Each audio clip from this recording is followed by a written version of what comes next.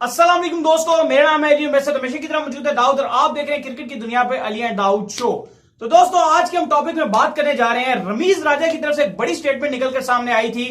उन्होंने कहा है कि विराट कोहली से सीखना चाहिए बाबर आजम को कैप्टेंसी कैसे करते हैं और जीतते कैसे हैं।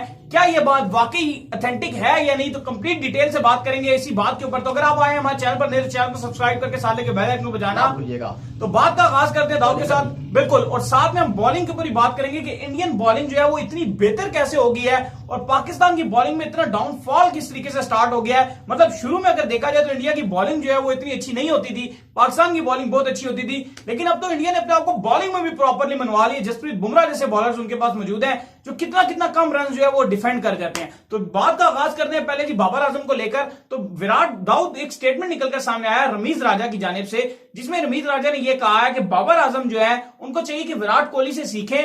और क्या कहेंगे आप इसके ऊपर? देखें, अगर आप उठा के देखें रमीज राजा ने जिस कॉन्टेक्स्ट में बात किया है, सेकंड टी20 में हमारे सामने थी सारा कुछ, पाकिस्तान किस तरह मैच हार गया, 195 रन बोर्ड पे लगाए और उसके बावजूद अगर आपके बॉलर्स ना उसको रोक सके और जिस तरह की हमें कप्तानी नजर आई, बिल्कुल मायूस किया कप्तानी ने। क्योंकि देखिए, हम एक्सपेक्ट ये करते हैं कि जब आप 195 बोर्ड पे लगा लेते हैं तो एक कप्तान या जो एक ड्रेसिंग रूम होता है वहां पर एक आप कह सकते हैं कि सुकून की सांस आ रही होती है कि हम एक सेफ साइड पे हैं।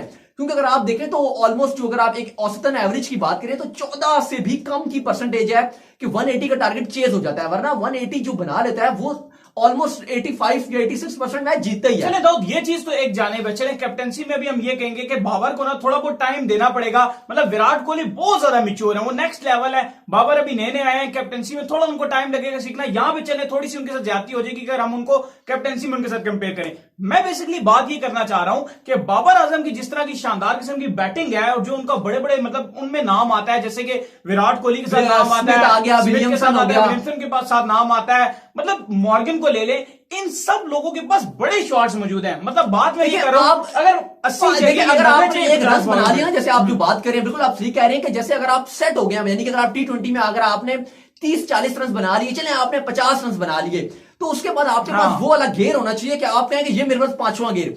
जैसे मतलब मैं रोहित की बात नहीं, मैं बिल्कुल मैं जैसे मैं रोहित की पहले बात करना चाहूंगा कि चले रोहित जैसे सेंचुरी बनाते हैं उसके बाद वो टोटल अपनी गेम बाउंड्रीज पे रख चले जाते हैं। अब विराट की अगर आप ले लें, विराट से बड़ा पहले पूछा जाता था कि विराट बाउंड्रीज पे तरह इंसार नहीं करते थे, लेकिन उसके बाद से अगर आप विराट को देख लें, विराट जब 50-60 रन कर लेते हैं उसके बाद आप विराट की गेम देख लें, विराट के पास 5वां गेयर और वो ऐसे फ्लिप करके मार के छक्के मारते हैं।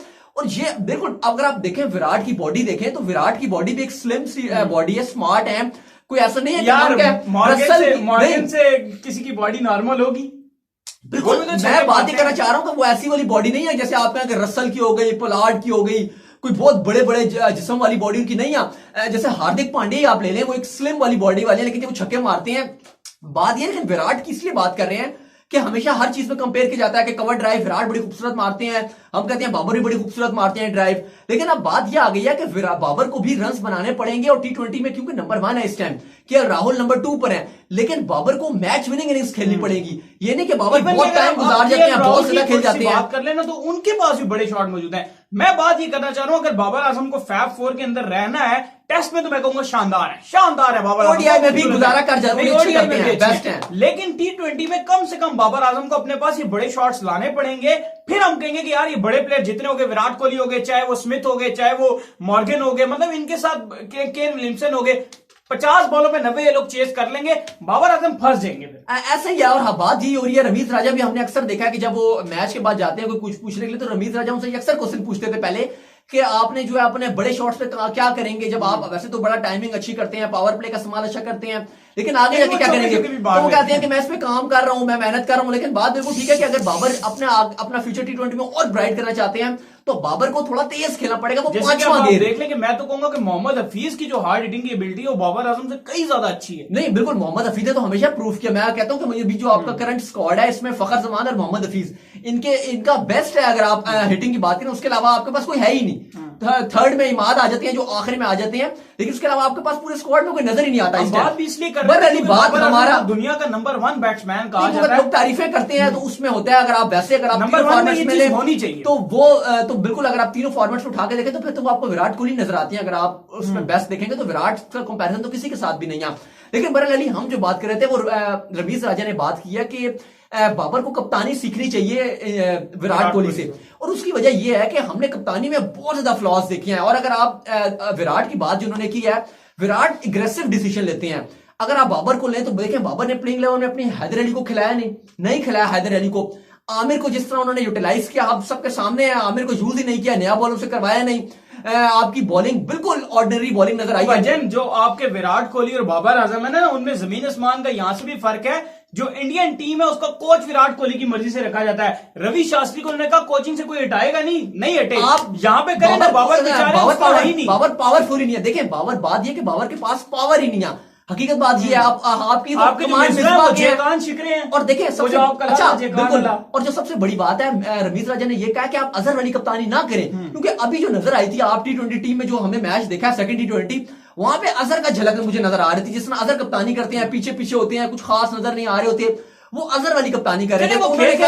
आप अजहर की कप्तानी ना करें, बल्कि आपने जो सीखना है वो आप विराट जैसी एग्रेसिव कप्तानी लें। अच्छा, वो मैंने कहा अभी सीखेंगे, वो हमें जो असल डर है ना, जिससे वो सीख रहे हैं, असल डर हमें उसका है। वही तो मसला है कि वो जिसके मिसबाहुल हक से जो सीख रहे हैं। रमीज राजा ने यही बात की है ना कि आप मिसबाहुल हक या अजहर अली से मत सीखें, वरना फिर आप नीचे ही जाएंगे। अगर आपने सीखना है, आप धोनी से सीखें, आप विराट से सीखें, आप जो है वो केन विलियमसन से सीखे, इमरान खान से सीखे। अगर आप केन विलियमसन की बात करते हैं तो लोग कहते हैं कि वो बड़े कूल हैं, लेकिन अगर वो अग्रेसिव कप्तान है, कूल तो है, महेंद्र सिंह धोनी भी कूल थे, लेकिन अग्रेसिव कप्तान है। बात ये होती है कि कूल रह के वो डिसीजन ऐसे लेते हैं, और अग्रेसिव आपको ये नहीं होता कि खाली आप चीखे मारे, ये एग्रेशन नहीं है। बात ये कि आपके डिसीजन में एग्रेशन नजर आना चाहिए। विराट का मेरे बड़ी सी एग्जांपल आपको दे देता हूं, जहां से पता चलता है कि विराट एग्रेसिव है। ये नहीं कि खाली वो चीखे मार रहे हैं तो एग्रेसिव। बात यह है कि इंडिया स्पिन से अटैक था उनका टेस्ट मैचेस में, जाहिर है क्योंकि डस्टी पिचेस होती है इंडिया में। अगर आप बाहर ले लें, ऑस्ट्रेलिया में, साउथ अफ्रीका में, न्यूजीलैंड में, इंग्लैंड में, टेस्ट में आपको पेस की विकेट्स मिलेंगी। विराट साहब ने, अगर आप इंडिया की बात करें तो वहां पे उन्होंने पेस बॉलर्स की पिचेस बनाना शुरू कर दी हैं। वो कहते हैं भाई ईशांत मुझे विकेट लेके देगा, मुझे बुमराह, मुझे शमी, मुझे उमेश यादव विकेट लेके देगा। ये एग्रेसिव अप्रोच है। ये होती है कि सोच तब्दील कर देना। ये उन्होंने नहीं किया कि मैं गड्ढों में खेलूंगा, मुझे कुलदीप विकेट निकाल के देगा, मुझे अश्विन, मुझे जड्डू विकेट निकाल के देगा। उन्होंने पूरी आपकी सोच बदल दी। ये होती है अग्रेसिव। अब बाबर, अब हम ये उन्हें कह रहे हैं, और रमीज राजा ने उन्हें ये कहा है कि जो आपकी अग्रेसिव सोच ये है कि आप नए टैलेंट के साथ जाएं। ये नहीं कि भाई मैं मलिक की जान नहीं छोड़ूंगा। अगर मलिक सीना कंट्रीज में रिकॉर्ड देख लें, 9 की एवरेज है मलिक की, आप देख लें, उससे बड़ी एवरेज ही है T20 में। स्ट्राइक रेट देखेंगे 75 का स्ट्राइक रेट है मलिक का। ये T20 की आपकी एवरेजेस हैं। बात यह कि कोई नया लड़का का टैलेंटेड है, आपको पूरा चांस दें। बात यह है कि आप डरे ना, घबराएं नहीं। अब आपने शाहीन शाह अफरीदी को पूरी सीरीज खिलाई है। क्यों खिलाई? क्योंकि आप सेफ साइड में रहना चाहते थे। आपको लगता है कि वो आपके तीनों फॉर्मेट का बेस्ट बॉलर है, आप सेफ साइड में जा रहे थे। आपने वहाब को बाहर बिठा दिया। वहाब को क्यों नहीं खिलाया? आपने हसनैन के साथ जा सकते थे, लेकिन आप सेफ साइड में जाना चाह रहे थे। यही बात की जा रही है कि आप विराट से थोड़ी सी एग्रेशन सीखें, ताकि आप डिफरेंट डिसीजन कर सकें। बहरहाल अगर आप इंडिया की बॉलिंग की बात करते हैं कि वो क्यों बेहतर है, तो उसकी वजह यही है कि विराट ने जो एग्रेशन लेकर आए हैं। अब मैं आपको एक और एग्जांपल दे देता हूं, स्पिन की आप बात कर लें। आज अगर आप स्पिन अटैक की बात करते हैं तो इंडिया का स्पिन अटैक सबसे बेहतरीन नजर आता है आपको। और उसकी साफ वजह कि कुलदीप चहल 2 आपके रिस्ट स्पिनर हैं, साथ जो है वो आप, मैं चले वाइड बॉल क्रिकेट की बात कर लेता हूं, साथ आपके साथ जड्डू हैं, यानी कि जडेजा हैं, उसके अलावा भी आपके पास जो है वो ऑप्शन रहते हैं। अब उसकी वजह ये क्या है, किस तरह हो गए? अब चैंपियंस ट्रॉफी 2017 में इंडिया की परफॉर्मेंसेस खराब तो नहीं थी, फाइनल तक तो गए थे, एक्स्ट्रा ऑर्डिनरी खेल के गए थे, लेकिन उसके बाद विराट ने और मैनेजमेंट ने ये डिसाइड किया, रवि शास्त्री वगैरह नहीं, कि हम जो है वो अपने मतलब खाली हम रिस्ट स्पिनर के साथ जाएंगे। हम जो फिंगर स्पिनर हैं जैसे अश्विन हो गए या जडेजा हो गए, इनके साथ हम लॉन्ग टर्म नहीं जाएंगे। फिर कुलदीप और चहल की आपकी परफॉर्मेंस उनकी सबके सामने धुआं धमाल मचा के रख दिया, और उन्होंने, और कोई भी उनके सामने टिक नहीं सकती कोई भी बैटिंग की जोड़ी। जब वो दोनों आते हैं और जब जोड़ीदार आते हैं तो फिर वो सबको आउट कर देते हैं। यही वजह है कि सोच तब्दील करने की जरूरत है। बिल्कुल जी, सही कह रहे हैं। तो उम्मीद करते हैं कि आपको हमारी ये वीडियो आई होगी पसंद। अगर आई है पसंद तो वीडियो को कीजिए लाइक, चैनल को भी लाजमी से सब्सक्राइब करें, दोस्तों को फॉलो करें इंस्टाग्राम में, आप इंस्टाग्राम में फॉलो करें, लिंक आपको डिस्क्रिप्शन में मिल जाएगा। ये डिस्क्रिप्शन में मौजूद है। फिर आप लोग से मिलते हैं नेक्स्ट वीडियो में, तब तक के लिए बाय बाय।